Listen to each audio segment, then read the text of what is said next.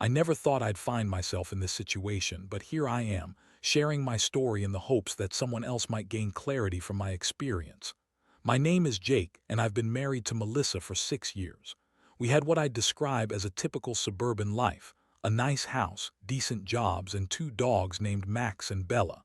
We were happy, or at least I thought we were. Lately, though, things have been off. There were subtle signs, you know. Like when she started coming home late from work more frequently, claiming it was due to project deadlines. Her late-night texts became an almost daily occurrence, and I couldn't shake the feeling that something was off.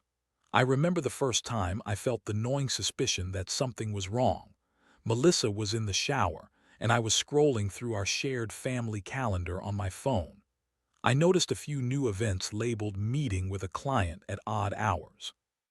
Most of her work meetings were scheduled during the day, so I couldn't help but wonder why these were all of a sudden at 8 p.m. or even later. I brought it up to her, but she brushed it off with a dismissive wave of her hand and said I was just being paranoid. "Jake, you're ruining everything with your questions," she snapped one evening, her eyes flashing with irritation. "Just trust me, okay? I promise it's nothing." Did she really think I'd buy that? I wanted to trust her, but the words hung heavy in the air. Everything sounded like some big secret, but she wouldn't say more. I thought about it for days, but I had no idea what everything referred to. Was she hiding a financial problem? Or maybe something worse? As the weeks went by, I started noticing other things. There was her perfume, a scent I didn't recognize.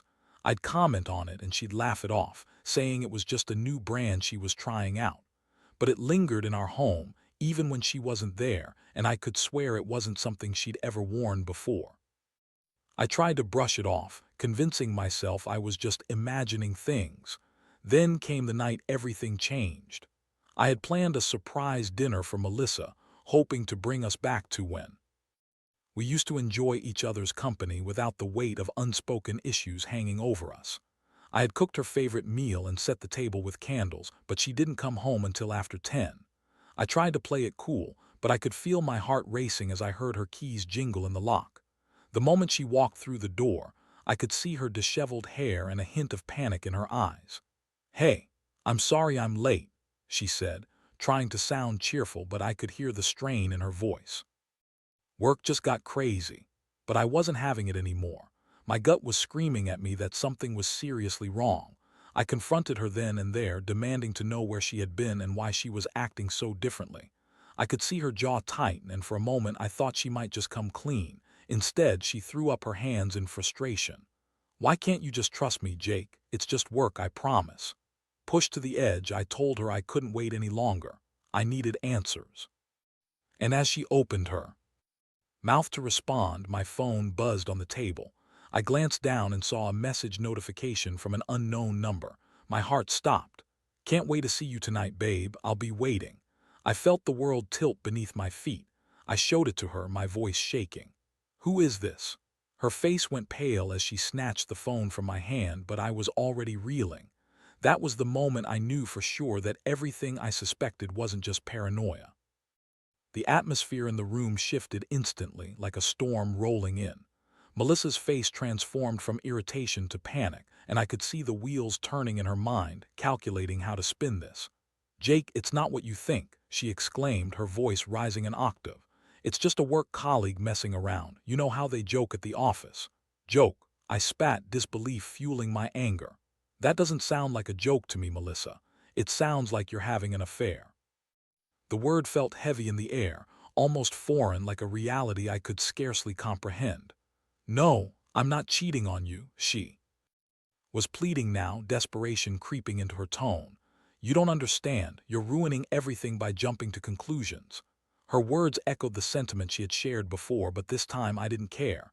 Everything in me was screaming for answers, and I wasn't about to back down.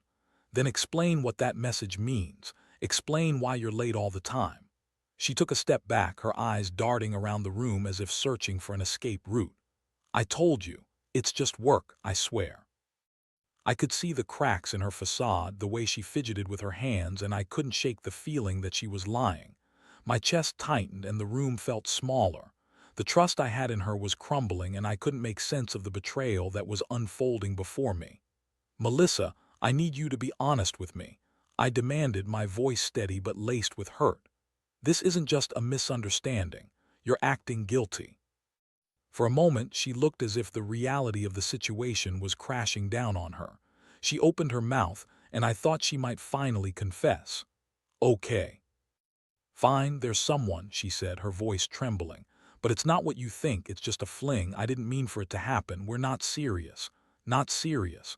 The words felt like a slap across my face. And that makes it okay. How long has this been going on? Only a few months, she admitted, her gaze dropping to the floor. We were just talking at first, and then it just happened. The weight of her admission hit me like a freight train. I felt sick. All the late nights, the secrets, and the little lies made sense now, but it didn't make it hurt any less. I was furious, hurt, and broken all at once. I can't believe this, I said, my voice barely above a whisper. You lied to my face. You let me believe everything was fine while you were out with him. She stepped forward, reaching out to touch my arm, but I recoiled.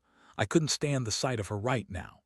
Jake, please, I'm so sorry. It was a mistake. I love you, I really do. Just give me a chance to explain. But all I could think about was how she had betrayed my trust in the most profound way imaginable. Love. It felt like a distant memory overshadowed by deception. I took a step back, creating distance between us. Explain what exactly? That you've been lying to me, that you've been with someone else. My heart was pounding and I felt a rage bubbling inside me. What's left to explain? You have a choice to make, Melissa. Do you want to stay with me or with him? I want to be with you, she said, her voice rising again. I made a mistake, a stupid mistake. It didn't mean anything. At that moment, I understood that this wasn't just about a single night of weakness. It was about betrayal, lies, and the unraveling of a life we had built together. The anger coursing through me clashed with an unexpected sadness. How could I ever trust her again? Melissa, I need time to think, I finally said, my voice low and trembling. I turned and walked away, leaving her standing there in the living room, echoes of our shattered trust ringing in my ears. The house felt emptier than it ever had before, and I knew I was standing at a precipice, staring into an uncertain future. I spent the night in the guest room, staring at the ceiling while the weight of Melissa's betrayal pressed down on me. Sleep eluded me, and I couldn't shake the feeling that I was trapped in a nightmare I couldn't wake up from. My thoughts raced, replaying her words over and over. Each time a new wave of anger and sadness washed over me. I had given her everything, my heart, my trust, my life, and she had tossed it aside like it was nothing. The next morning I awoke to the sound of silence.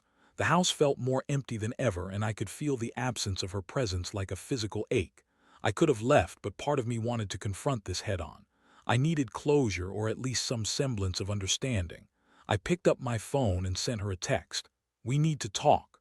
Her response came almost immediately. I'm sorry, Jake. I'm so ashamed. Can we talk later? I didn't reply. I didn't want to engage in a back and forth of apologies and excuses. I was too angry for that. Instead, I decided to take a walk to clear my head. I headed down the familiar streets of our neighborhood, but everything felt different. The sun was shining, birds were chirping, and life went on as if nothing had changed. But in my world, everything had shifted, and I felt like I was standing on the edge of a cliff, uncertain if I should jump or turn back.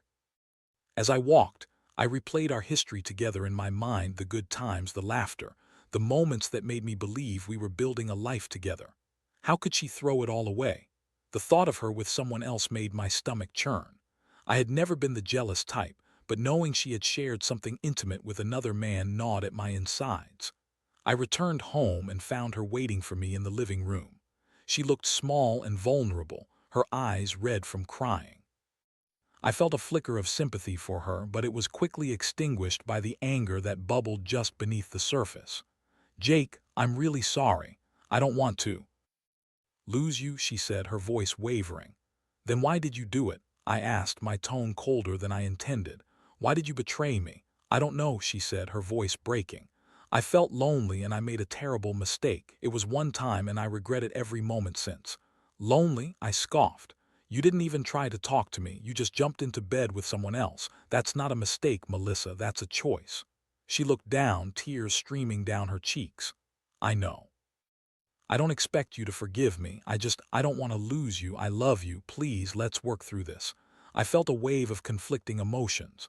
Part of me wanted to comfort her, to believe that we could fix this, but another part screamed at me to walk away. How can I trust you again? How do I know this won't happen again? I promise it won't, she pleaded. I'll do whatever it takes to prove my love to you. Just give me a chance. Chances don't mean anything if the foundation is built on lies, I replied, feeling a lump form in my throat. I need time to think about what I want. Melissa nodded, her expression crushed. I understand. Just know that I'm here ready to fight for us. As she stepped back, I felt a hollow ache in my chest. I wanted to believe that we could overcome this, but trust was so fragile. The thought of starting over, of rebuilding what we had, felt overwhelming. I couldn't even picture what that would look like. Over the next few days, the tension in the house was palpable. We moved around each other like ghosts, exchanging only the barest of words. The dogs, sensing the shift in our energy, were restless and confused. I spent hours at work, trying to distract myself from the turmoil at home, but my mind kept drifting back to the conversation we had, to the betrayal that had shattered my heart. Then came a pivotal moment when I received a call from my best friend, Mike. He could sense something was off and insisted on meeting me for drinks. I hesitated, but I knew I needed to talk to someone who could offer perspective. As we sat in a dimly lit bar, I poured out my heart, detailing everything that had transpired. "Dude, that's rough," Mike said, shaking his head. "You're right to be angry. You deserve better than this. I just don't know what to do," I confessed. "Part of me wants to fight for us, but another part just feels like I'm wasting my time." "Trust is a big deal, man," he responded, leaning back in his chair. "If you can't trust her, what's the point? But if you think you can rebuild it, then maybe it's worth a shot." I left the bar with a heavy heart, grappling with what Mike had said. I had a decision to make, and it weighed heavily on my soul. Should I try to rebuild what felt irreparably broken, or should I cut my losses and walk away? I would need to figure out how to navigate the mess that had become my life, and decide what my next move would be. The days dragged on, each one blending into the next. I found myself stuck in a cycle of anger and sadness, constantly questioning my next steps. I had always prided myself on being a rational person, but now I was lost in a storm of emotions. I couldn't stop thinking about what had happened, the choices that led us here, and the life we had built that now felt like it was crumbling around me. One evening, I sat in our living room, staring at the blank TV screen. Melissa was in the kitchen, trying to make dinner, another attempt at normalcy in the face of our broken relationship. I could hear her moving around, pots clanging softly, but I felt a chasm between us that seemed insurmountable. It was as if we were living in two different worlds, separated by a wall of betrayal that neither of us knew how to tear down. I picked up my phone and stared at the messages between us, the early flirty exchanges that felt like a distant memory. Suddenly, my phone buzzed with a message from an unknown number again. My heart raced as I opened it. "Can't wait to see you again, babe. Tonight at 9. My blood boiled. I recognized the tone immediately. It was the same guy who had sent that first message that shattered my world. I felt a wave of fury wash over me, an urge to confront her all over again, but I took a deep breath instead. I needed to approach this carefully. I stood up and walked into the kitchen, my heart pounding in my chest. "Melissa," I said, trying to keep my voice steady. She turned to me, her apron stained with splatters of sauce, a hopeful smile on her face. "What is it?" I held up my phone, showing her the message. "Who is this?" Her expression shifted instantly from surprise to dread. "Oh God, Jake, I thought you were over that. It was a mistake, I swear." "A mistake? You keep saying that," I shot back, my anger bubbling to the surface. "You made a choice, Melissa. You chose to reply to him. You chose to carry on this ridiculous affair." "I didn't mean to," she cried, tears streaming down her cheeks.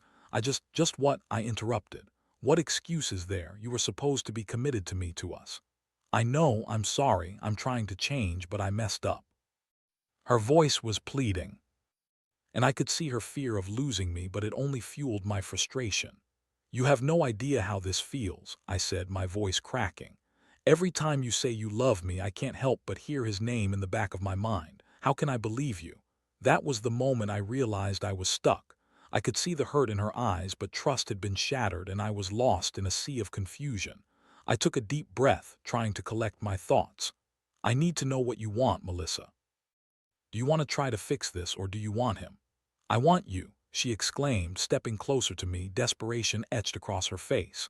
I made a horrible mistake and I'm trying to fix it. Please give me that chance. My heart ached as I looked at her. There was a part of me that wanted to believe her, wanted to hold on to the love we once had. But the memories of her betrayal loomed large. The tension felt thick and suffocating, and I knew I had to make a decision. After a long silence, I finally said, I need time to think, Melissa. I can't just jump back into this. You've broken something that was precious to me, and I don't know if I can forgive you. I turned away from her, feeling defeated. Every moment felt like a weight dragging me under, and I needed to take a step back and assess everything. I moved out of the house for a few days, staying with Mike, hoping a change of scenery would provide clarity. While I was there, I spent a lot of time reflecting and processing everything. I connected with friends who had been through similar situations, seeking their insights and advice. Some said to walk away, while others encouraged me to listen to my heart and give her another chance. In the quiet moments, I found myself wrestling with my emotions. I missed the woman I had fallen in love with, the memories of our life together flooding back. But I also felt the weight of betrayal pressing down on me like an anchor. One night, while talking to Mike, I realized that I needed to take control of my own narrative. I didn't want to just react to Melissa's choices. I wanted to shape my own future. I began writing down my feelings, reflecting on the highs and lows, and it helped me gain clarity. Jake, it's your life, Mike said as we wrapped up another conversation. You get to decide what you want. Whatever you choose, make sure it's for you. Don't stay out of pity or fear. Those words resonated deeply. I didn't want to be a victim of my circumstances. I wanted to reclaim my power. After several days of soul-searching, I knew I had to return to Melissa, not to blindly forgive, but to lay out my terms and expectations. I headed back home, steeling myself for the conversation ahead. I would confront the reality of our relationship and decide once and for all whether we could find a way forward together, or if it was time to part ways for good. As I walked into the house, the familiar scent of our home enveloped me, stirring a mix of nostalgia and pain. Everything looked the same, yet everything felt different. I found Melissa sitting at the dining table, her hands clasped together, a nervous look on her face as she saw me enter. Jake, she said softly, her voice trembling. I wasn't sure if you'd come back. I'm here, I replied, trying to keep my tone neutral. We need to talk. I took a seat across from her, my heart racing as I prepared myself for what was about to unfold. This was more than just a conversation, it was a crossroads. I could feel the weight of expectation in the air, and I knew both of us were on edge. I've spent the last few days thinking about everything. I began, choosing my words carefully. And I need you to understand how deeply you've hurt me. It's not just about the physical betrayal, it's about the broken trust, the lies, and the feelings you've stirred in me that I didn't even know existed. Melissa nodded, tears glistening in her eyes. I know, and I'm so sorry. I can't express how much I regret what I did. I never wanted to hurt you. I get that, I said, wanting her to know I wasn't here to belittle her feelings. But words don't erase the damage. I can't just forget what happened. Trust once broken takes time to rebuild. Please, she said, leaning forward, her voice earnest. I will do whatever it takes to earn your trust back. I love you, Jake. I'm committed to working on this. Let's go to counseling together, talk through everything. I'll be an open book. I sighed, weighing her words. The idea of counseling was a good one, but I needed more than just promises. In order for me to even consider that, you need to cut all ties with him. No more contact, no more excuses. I need to see that you're serious about this. Melissa hesitated, her expression shifting. But what if he just wants to talk? He's not a bad person, it just happened. Melissa, it doesn't matter. You haven't been able to resist temptation, and that's a problem. If you truly want us to work, you need to cut him out completely. No more half measures. She looked down, biting her lip as if grappling with the reality of what I was asking. You're right. I'll do it, I promise, Jake. Just give me the chance to show you that I can change. I felt A flicker of hope at her willingness to comply, but I knew it was only the first step. And I need to know that you're dedicated to being honest with me from here on out. No more secrets. If there's something bothering you, I want you to come to me. I can't promise that I'll handle every situation perfectly, but I can promise that I'll listen. I can do that, she responded, tears spilling down her cheeks. I want to fight for us. I'll do everything I can to make this right. Good, I said, trying to hold on to that flicker of hope. But understand that this will take time. I need to process my feelings and heal. This isn't going to be an easy road. I understand, she replied, her voice steady. I'm willing to wait as long as it takes. I just want you to know how much you mean to me. I sat there, feeling a mix of relief and apprehension.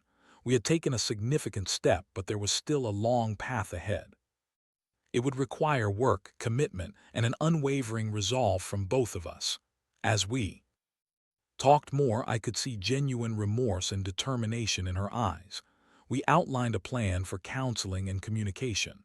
I felt cautiously optimistic, but I also understood that I had to keep my guard up.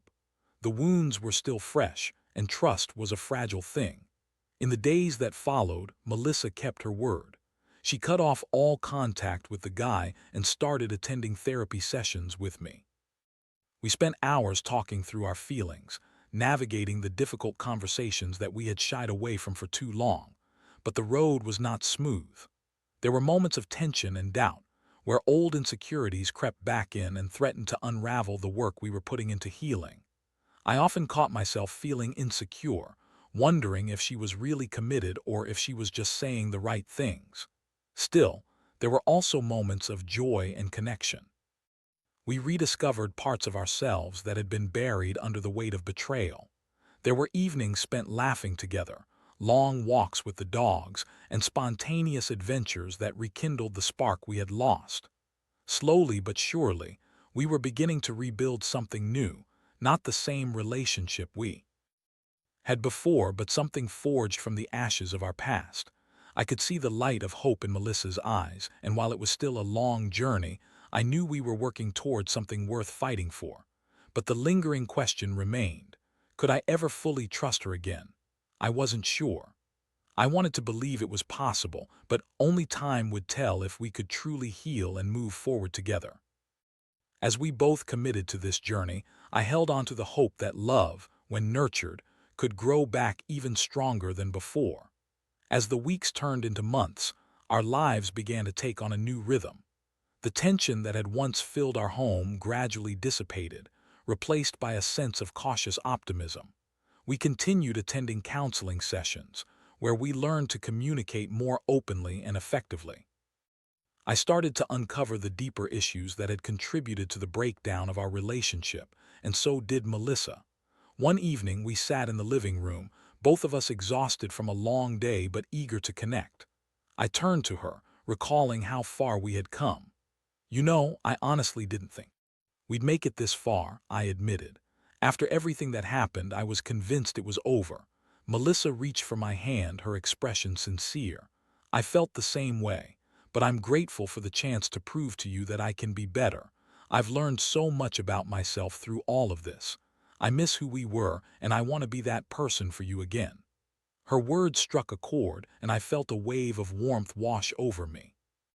There were still moments when the memories of betrayal would surface, but they were less frequent now.